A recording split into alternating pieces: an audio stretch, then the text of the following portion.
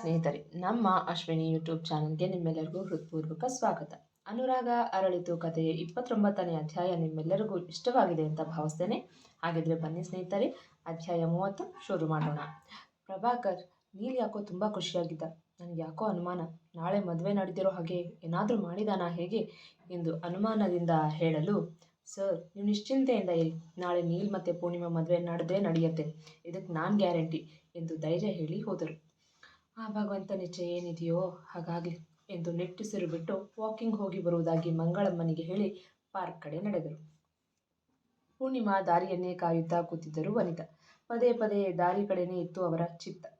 ಮನೆಗೆ ಬಂದ ಪೂರ್ಣಿಮಾನ ನೋಡಿ ವನಿತಾ ಅವರು, ಹುಡುಗ ಏನು ಹೇಳ್ದ, ಏನಂತೆ ಅವನ ಕಂಡೀಷನ್ಸ್, ಮತ್ತು ನೀನೇನು ಹೇಳಿದೆ ಎಂದು ಬರುತ್ತಿದ್ದ ಹಾಗೆ ಪ್ರಶ್ನೆಗಳನ್ನು ಕೇಳಿದ್ದರು. ಚಿಕ್ಕಮ್ಮ, ನನಗೆ ಮದುವೆ ಇಷ್ಟ ಇಲ್ಲ ಎಂದಳು. ಏಯ್, ಏನೇ ಬೊಗಳ್ತಿದ್ದೀಯಾ, ನಾನೇನು ಹೇಳಿದೆ, ನೀನು ಈ ಮದುವೆನ ಆಗಲೇಬೇಕು, ಆಗೇ ಆಗ್ತೀಯ ಎನ್ನಲು, ಪ್ಲೀಸ್ ಚಿಕ್ಕಮ್ಮ, ಬಲವಂತ ಮಾಡಬೇಡಿ, ನನಗೆ ಈ ಮದುವೆ ಇಷ್ಟ ಇಲ್ಲ ಎಂದಾಗ, ಯಾಕೆ ಮದುವೆ ಇಷ್ಟ ಇಲ್ಲ, ಬೊಗಳೆ, ಯಾಕೆ ಇಷ್ಟ ಇಲ್ಲ ಅಂತ ಎಂದು ಕೋಪದಿಂದ ಗಡುಸಾಗಿ ಕೇಳಲು, ಚಿಕ್ಕಮ್ಮ, ಅವರಿಗೂ ಈ ಮದುವೆ ಇಷ್ಟ ಇಲ್ಲ, ಅವ್ರು ತಮ್ಮ ತಾತನ ಬಲವಂತಕ್ಕೆ ಮದುವೆ ಆಗ್ತಿರೋದು ಎಂದರೆ, ಎಲ್ಲರೂ ಒಪ್ಪಿನೇ ಮದುವೆ ಆಗ್ತಾರಾ, ಮದುವೆ ಆದಮೇಲೆ ಎಲ್ಲ ಸರಿ ಹೋಗುತ್ತೆ ಎಂದಾಗ, ಚಿಕ್ಕಮ್ಮ, ಅದೊಂದೇ ಆಗಿದ್ದರೆ ನಾನು ಮದುವೆಗೆ ಒಪ್ತಿದ್ದೆ, ಆದರೆ ಎಂದು ಮುಂದೆ ಹೇಳುತ್ತಿರುವವಳಿಗೆ, ಆದರೆ ಏನೇ ಎಂದರು ಕೋಪದಲ್ಲಿ ವನಿತಾ. ಆದರೆ ಅವ್ರು ಹಾಕಿರೋ ಕಂಡೀಷನ್ಸ್ಗೆ ಯಾವ ಹುಡುಗಿ ಕೂಡ ಮದುವೆ ಆಗೋದಕ್ಕೆ ಒಪ್ಪೋದಿಲ್ಲ ಎಂದಾಗ, ಏನೇ ಅಂತ ಕಂಡೀಷನ್ಸ್ ಎಂದರು ಅಸಮಾಧಾನದಿಂದ. ಪೂರ್ಣಿಮಾ ತನ್ನ ಮತ್ತು ನೀಲ್ ಮಧ್ಯೆ ನಡೆದ ಮಾತುಕತೆ ಹಾಗೆ ಅವನ ಕಂಡೀಷನ್ಸ್ಗಳ ಬಗ್ಗೆ ಹೇಳಿ, ಅದಕ್ಕೆ ನನಗೆ ಮದುವೆ ಇಷ್ಟ ಇಲ್ಲ ಎಂದು ಅಳುತ್ತಾ ರೂಮಿಗೆ ಹೋಗಿ ಬಾಗಿಲು ಹಾಕಿಕೊಂಡಳು. ಛೇ, ಈಗ ಪೂರ್ಣಿ ಮದುವೆಗೆ ಒಪ್ಪದೆ ಹೋದರೆ ಮನೆಗೆ ಬಂದ ಲಕ್ಷ್ಮಿನ ಕೈ ಬಿಡಬೇಕಾಗತ್ತೆ. 10 ಲಕ್ಷ ದುಡ್ಡು, ಒಂದು ಮನೆ, ನನ್ನ ಕೈ ತಪ್ಪು ಹೋಗುತ್ತೆ. ಇಲ್ಲ, ಈ ಮದುವೆ ನಡಿಬೇಕು, ಇಲ್ಲ ಅಂದರೆ ಕೈ ಬಂದು ತುತ್ತು ಬಾಯಿಗೆ ಬರಲಿಲ್ಲ ಅನ್ನೋ ಹಾಗಾಗತ್ತೆ. ಇಲ್ಲ ಪೂರ್ಣಿನ ಹೇಗಾದರೂ ಮಾಡಿ ಮದುವೆಗೆ ಒಪ್ಪಿಸ್ಲೇಬೇಕು, ಒಪ್ಪಿಸ್ತೀನಿ ಎಂದು ಹೇಳಿ ತಮ್ಮ ರೂಮಿಗೆ ಹೋದರು. ರೂಮಿಗೆ ಬಂದ ಪೂರ್ಣಿಮಾ ಬೆಡ್ ಮೇಲೆ ಬೋರಲಾಗಿ ಬಿದ್ದು ಬಿಕ್ಕಿ ಅಳತೊಡಗಿದಳು. ವನಿತಾ ಕೂಡ ರೂಮಿಗೆ ಹೋಗಿ ಸ್ಮಿತಾಗೆ ಕಾಲ್ ಮಾಡಿದರು. ಹಲೋ ಸ್ಮಿತಾ, ಹೇಗಿದ್ದೀಯೇ, ಒಂದು ಫೋನ್ ಇಲ್ಲ, ಮೆಸೇಜ್ ಇಲ್ಲ, ಗಂಡನ ಮನೆಗೆ ಹೋದ್ಮೇಲೆ ಈ ಅಮ್ಮನ್ನೇ ಮರೆತು ಬಿಟ್ಟಿರೋ ಹಾಗಿದೆ ಎಂದಾಗ, ಅಯ್ಯೋ ಅಮ್ಮ, ಹಾಗೇನಿಲ್ಲ, ಇಲ್ಲಿ ಪುರ್ಸೋತಿಲ್ದೆ ಕೆಲಸನಮ್ಮ, ಅದಕ್ಕೆ ಕಾಲ್ ಮಾಡೋದಕ್ಕಾಗಿರಲಿಲ್ಲ ಎಂದರೆ, ನಿನ್ನ ಗಂಡ ಅತ್ತೆ ಮಾವ ಚೆನ್ನಾಗಿದ್ದಾರಾ ಎಂದು ಕೇಳಲು, ಅವರಿಗೆ ನಮ್ಮ ದಾಡಿ ಚೆನ್ನಾಗೇ ಇದ್ದಾರೆ ಎಂದಳು ಅಳುತ್ತಾ. ಮಗಳು ಅಳುವುದು ಕೇಳಿ ಗಾಬರಿಯಾದರು ವನಿತಾ. ಯಾಕೆ ಸ್ಮಿತಾ, ಏನಾಯಿತು, ಯಾಕೆ ಅಳ್ತಿದ್ಯಾ ಎಂದು ಕೇಳಿದರೆ, ಅಳದೆ ಇನ್ನೇನು ಮಾಡಲಿ ಎಂದು ಮೊನ್ನೆ ತನ್ನ ಮತ್ತು ಸುಶಾಂತ್ ನಡುವೆ ನಡೆದ ಜಗಳ ಮತ್ತು ತನ್ನ ಅತ್ತೆ ದಿನ ಎಲ್ಲ ಕೆಲಸ ತನ್ನ ಕೈಯಲ್ಲೇ ಮಾಡಿಸೋದರ ಬಗ್ಗೆ ಹೇಳಿದಳು. ಸ್ಮಿತಾ, ಅಳಬೇಡ್ವೆ, ನಾನೆಲ್ಲ ಸರಿ ಮಾಡ್ತೀನಿ, ಸ್ವಲ್ಪ ದಿನ ತಾಳ್ಮೆಯಿಂದ ಇರು, ಆದಷ್ಟು ಬೇಗ ನಿನ್ನ ಮತ್ತು ಸುಶಾಂತ್ ನಡುವೆ ಎಲ್ಲ ಸರಿ ಹೋಗೋ ಹಾಗೆ ಮಾಡ್ತೀನಿ ಎಂದು ಹೇಳಿ ಸಮಾಧಾನಿಸಿದರು.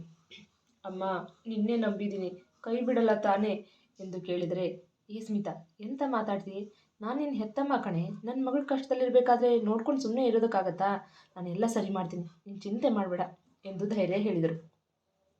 ಸ್ಮಿತಾ, ನಿನಗೊಂದು ವಿಷಯ ಹೇಳಬೇಕು ಕಣೆ ಎಂದಾಗ, ವಿಷಯನ, ಏನಮ್ಮ ಅದು ಎಂದು ಕೇಳಿದರೆ, ಪೂರ್ಣಿ ಮದುವೆ ಫಿಕ್ಸ್ ಆಯಿತು ಕಣೆ ಎಂದರು.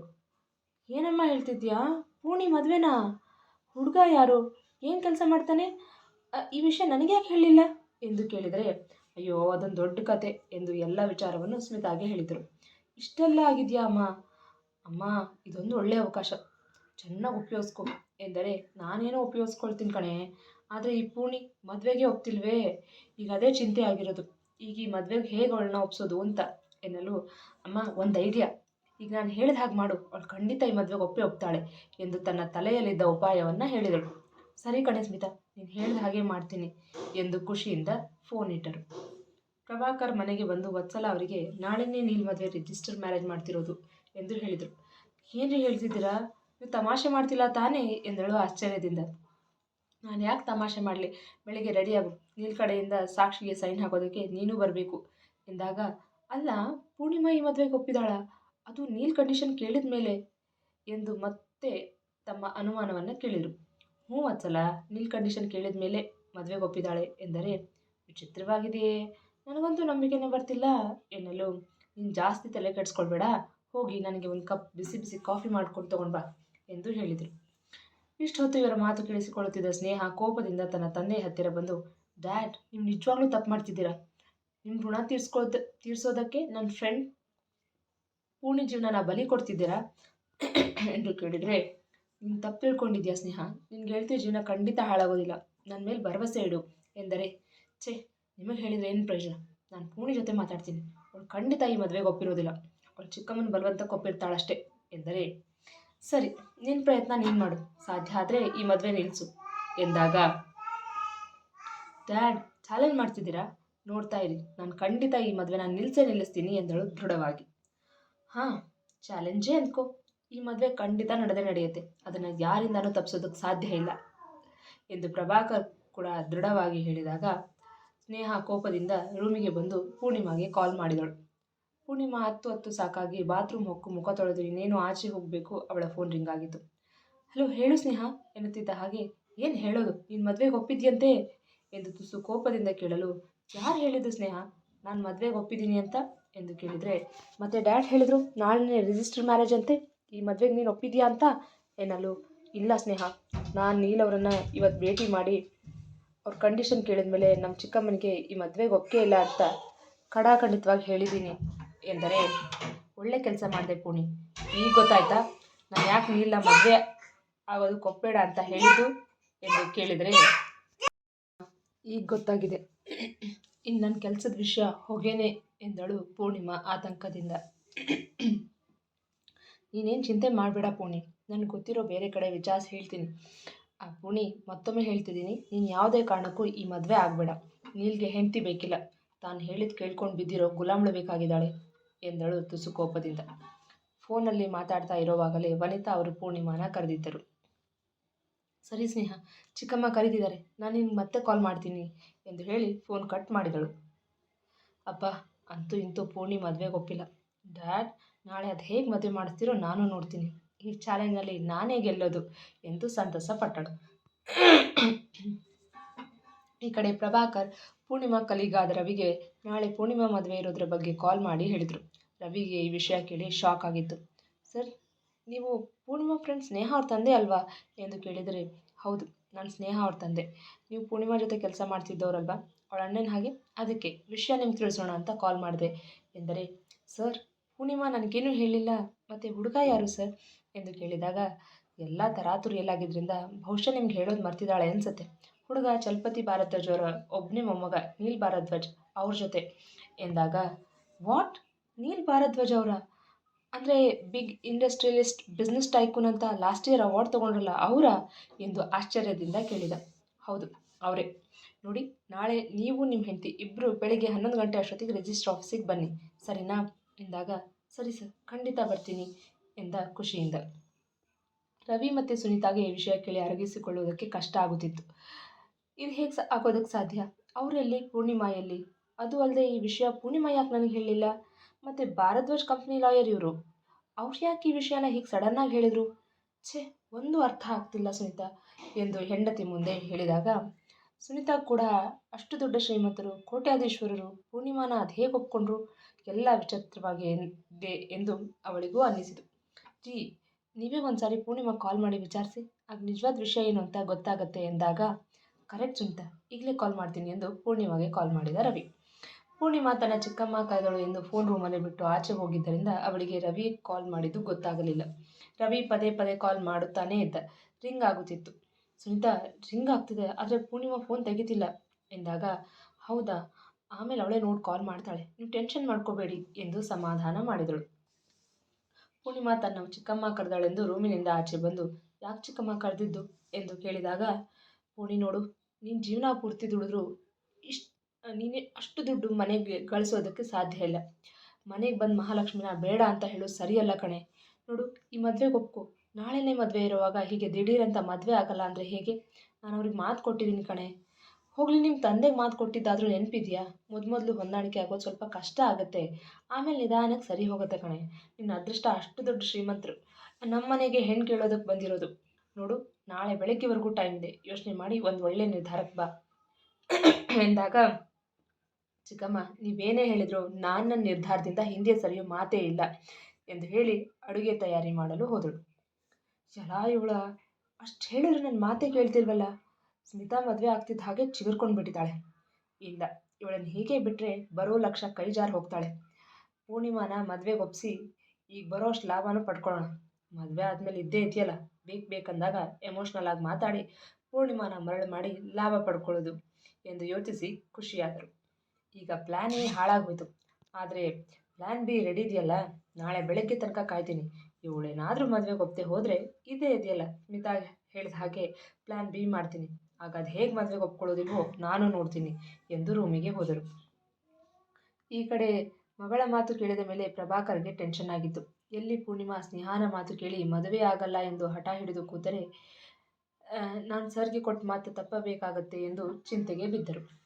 ಪ್ರಭಾಕರ್ಗೆ ಅನುಮಾನ ಇತ್ತು. ನೀಲ್ ಕಂಡೀಷನ್ಸ್ ಕೇಳಿದ ಮೇಲೆ ಪೂರ್ಣಿಮಾ ಈ ಮದುವೆ ಖಂಡಿತ ಒಪ್ಪೋದಿಲ್ಲ. ಆದರೆ ಅವಳ ಚಿಕ್ಕಮ್ಮನಿಗೆ ಹಣದ ಆಸೆ ತೋರಿಸಿ ಹೇಗಾದರೂ ಮಾಡಿ ಪೂರ್ಣಿಮಾನ ಮದುವೆಗೆ ಒಪ್ಪಿಸಲೇಬೇಕು ಎಂದು ಹೇಳಿದರು. ಈಗ ಧೈರ್ಯದ ಮೇಲೆ ಸ್ನೇಹಾಗೆ ಸಾಧ್ಯ ಆದರೆ ಮದುವೆ ನಿಲ್ಲಿಸು ಎಂದು ಚಾಲೆಂಜ್ ಹಾಕಿದರು. ಆದರೂ ಮನದ ಮೂಲೆಯಲ್ಲಿ ಸಣ್ಣ ಅಳುಕು ಇದ್ದೇ ಇತ್ತು. ಅದಕ್ಕೆ ವನಿತಾ ಅವರಿಗೆ ಕಾಲ್ ಮಾಡಿದರು. ಹಲೋ, ನಮಸ್ತೆ ವನಿತಾ ಅವರೇ ಎಂದಾಗ, ಹಲೋ, ಹಾಂ ಹೇಳಿ, ಯಾರು ಮಾತಾಡ್ತಾ ಇರೋದು ಎಂದು ಕೇಳಿದಳು ಗೊತ್ತಾಗದೆ. ಏನಮ್ಮ, ನಾನು ಯಾರು ಅಂತ ಗೊತ್ತಾಗ್ಲಿಲ್ವಾ? ನಾನು ಪ್ರಭಾಕರ್ ಎಂದಾಗ, ಪ್ರಭಾಕರ್ ಎಂದು ಪ್ರಶ್ನೆ ಮಾಡಿದಳು. ಅಯ್ಯೋ ಕರ್ಮ ಎಂದು ಹಣೆ ಚಚ್ಚಿಕೊಂಡು, ಪೂರ್ಣಿಮಾನ ನಮ್ಮ ನಿಲ್ಗೆ ತಂದ್ಕೊಳ್ಳೋದಕ್ಕೆ ಬಂದಿದ್ವಲ್ಲ, ಅದೇ ಪ್ರಭಾಕರ್ ಎಂದಾಗ, ಅಯ್ಯೋ ಕ್ಷಮಿಸಿ, ಗೊತ್ತಾಗಲಿಲ್ಲ, ಹೇಳಿ ಏನು ವಿಷಯ ಎಂದು ಅಳುಕಿನಿಂದ ಕೇಳಿದರು. ಯಾಕಂದರೆ ಪೂರ್ಣಿಮಾ ನೀಲ್ನ ಭೇಟಿಯಾಗಿ ಬಂದ ಮೇಲೆ ನನಗೆ ಮದುವೆ ಇಷ್ಟ ಇಲ್ಲ ಅಂತ ಹೇಳಿದ್ದಲ್ವಾ, ಅದಕ್ಕೆ. ಪ್ರಭಾಕರ್ ಫೋನ್ ಹಚ್ಚಿದ್ದು ಯಾಕೆ ಎಂದು ಅನುಮಾನದಿಂದ, ನೀಲ್ಗೆಲ್ಲಿ ಮದುವೆ ಇಷ್ಟ ಇಲ್ಲ ಅಂತ ಹೇಳೋದಕ್ಕೆ ಕಾಲ್ ಮಾಡಿದ್ರಾ ಹೇಗೆ ಎಂದು ಮನಸ್ಸಿನಲ್ಲಿ ಅನುಮಾನದ ಹೊಗೆ ಆಡಿತು. ನೋಡಮ್ಮ, ನಾಳೆನೇ ಮದುವೆ ಇರೋದು. ಯಾವುದೂ ತೊಂದರೆ ಆಗದೆ ಈ ಮದುವೆ ನಡಿಬೇಕು. ಇಲ್ಲ ಅಂದರೆ ನಿನಗೆ ಸಿಗಬೇಕಾಗಿರೋದು ಯಾವುದೂ ಸಿಗೋದಿಲ್ಲ. ನೋಡು, ನಿಮ್ಮ ಮಗಳು ಪೂರ್ಣಿಮಾ ಮದುವೆಗೆ ಒಪ್ಪಿದಾಳೆ ತಾನೇ. ನಾಳೆ ಮದುವೆ ಟೈಮಲ್ಲಿ ಆಗಲ್ಲ, ನಂಗೆ ಮದುವೆ ಇಷ್ಟ ಇಲ್ಲ ಅಂತೆಲ್ಲ ಹೇಳೋ ಹಾಗಿಲ್ಲ, ಅರ್ಥ ಆಯ್ತಾ ಎಂದು ಕೇಳಿದರೆ, ಖಂಡಿತ ಇಲ್ಲ ಸರ್, ಈ ಮದುವೆ ನಡೆಯುತ್ತೆ. ಪೂರ್ಣಿಮಾ ಕೂಡ ಒಪ್ಪಿದಾಳೆ, ನೀವೇನು ಚಿಂತೆ ಮಾಡಬೇಡಿ ಎಂದಾಗ, ಸರಿ ಹಾಗಿದ್ರೆ ನಾಳೆ ಬೆಳಗ್ಗೆ ಡ್ರೈವರ್ ಕೈಯಲ್ಲಿ ಸೀರೆ, ಒಡವೆ, ಹೂವು ಎಲ್ಲ ಕೊಟ್ಟು ಕಳಿಸ್ತೀವಿ. 11 ಗಂಟೆ ಅಷ್ಟೊತ್ತಿಗೆ ರೆಡಿಯಾಗಿ ರಿಜಿಸ್ಟ್ರ್ ಆಫೀಸಿಗೆ ನಮ್ಮ ಕಾರಲ್ಲೇ ಬನ್ನಿ ಎಂದು ಹೇಳಿ ಕರೆ ತುಂಡರಿಸಿದರು. ಪ್ರಭಾಕರ್ಗೆ ಈಗ ನೆಮ್ಮದಿಯ ಉಸಿರು ಬಿಡುವಂತಾಯಿತು.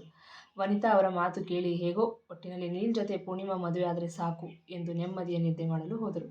ಎಂದಿನಂತೆ ಹೊನ್ನ ಭಾಸ್ಕರನು ಭೂರಮೆಯ ಮೈಯೆಲ್ಲ ರಂಗೇರಿಸಲು ಬಂದಿದ್ದ. ಭಾರದ್ವಾಜ್ ಮ್ಯಾನ್ಷನ್ನಲ್ಲಿ ಸಂಭ್ರಮ ಮನೆ ಮಾಡಿತ್ತು. ಚಲಪತಿಯವರು ಇಂದು ತಮ್ಮ ಮೊಮ್ಮಗ ನೀಲ್ನ ಮದುವೆ ಎಂದು ರಾತ್ರಿ ಇಡೀ ನಿದ್ದೆ ಮಾಡಿಲ್ಲ ಅನ್ನೋದಕ್ಕಿಂತ ಆದ ಸಂತೋಷಕ್ಕೆ ನಿದ್ದೆ ಬಂದಿಲ್ಲ ಎನ್ನಬಹುದು. ಚಲಪತಿಯವರು ಬೆಳಿಗ್ಗೆ ಬೇಗ ಎದ್ದು ರೆಡಿಯಾಗಿ ಪದೇ ಪದೇ ಗಡಿಯಾರದ ಕಡೆ ದೃಷ್ಟಿನೇ ನೆಟ್ಟಿದ್ರು. ಇಂದೇಕೋ ಅವರಿಗೆ ಸಮಯ ತುಂಬ ನಿಧಾನವಾಗಿ ಸಾಗಿದಂತೆ ಭಾಸವಾಗುತ್ತಿತ್ತು.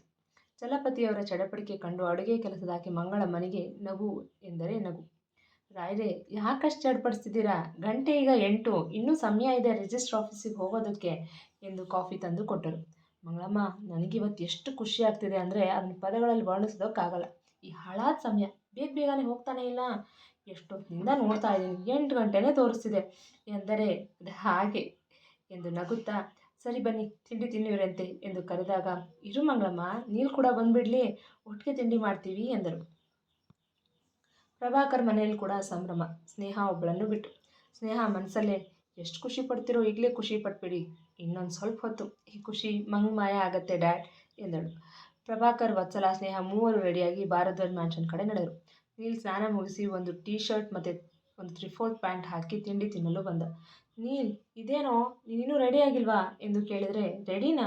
ಯಾಕೆ ತಾತ, ಆಫೀಸಿಗೆ ಹೋಗೋದಕ್ಕಿನ್ನೂ ಟೈಮ್ ಇದೆ ಅಲ್ವಾ ಎಂದರೆ, ನೀಲ್ ತಮಾಷೆ ಮಾಡಬೇಡ ಎಂದಾಗ, ತಾತ ನಾನು ಯಾಕೆ ತಮಾಷೆ ಮಾಡಲಿ ಎಂದರೆ, ಇವತ್ತು ನಿನ್ನ ಮದುವೆ ಕಣೋ ಎನ್ನಲು, ಸಾರಿ ತಾತ, ಮರ್ತ್ಬಿಟ್ಟಿದ್ದೆ, ತಿಂಡಿ ತಿಂದು ರೆಡಿ ಆಗ್ತೀನಿ ಎಂದಾಗ ಚಲಪತಿಯವರಿಗೆ ಸಮಾಧಾನವಾಗಿತ್ತು. ಅದೇ ಸಮಯಕ್ಕೆ ಪ್ರಭಾಕರ್ ಮತ್ತು ಅವನ ಮಡದಿ ಮಗಳು ಕೂಡ ಬಂದಿದ್ದರು. ಅವರನ್ನು ನೋಡಿ, ಬಾ ಪ್ರಭಾಕರ್, ನಿಮ್ಮ ದಾರಿನೇ ಕಾಯ್ತಿದ್ದೆ, ತಿಂಡಿ ತಿಂದು ಹೊರಡೋಣ ಎಂದು ಕರೆದಾಗ ಮಂಗಳಮ್ಮ ಎಲ್ಲರಿಗೂ ತಿಂಡಿ ಬಡಿಸಿ, ರಾಯ್ರೆ, ಮೊದಲು ಹುಡುಗಿ ಮನೆಗೆ ಸೀರೆ, ಒಡವೆ ಎಲ್ಲ ಕೊಟ್ಟು ಕಳಿಸ್ಬೇಕು.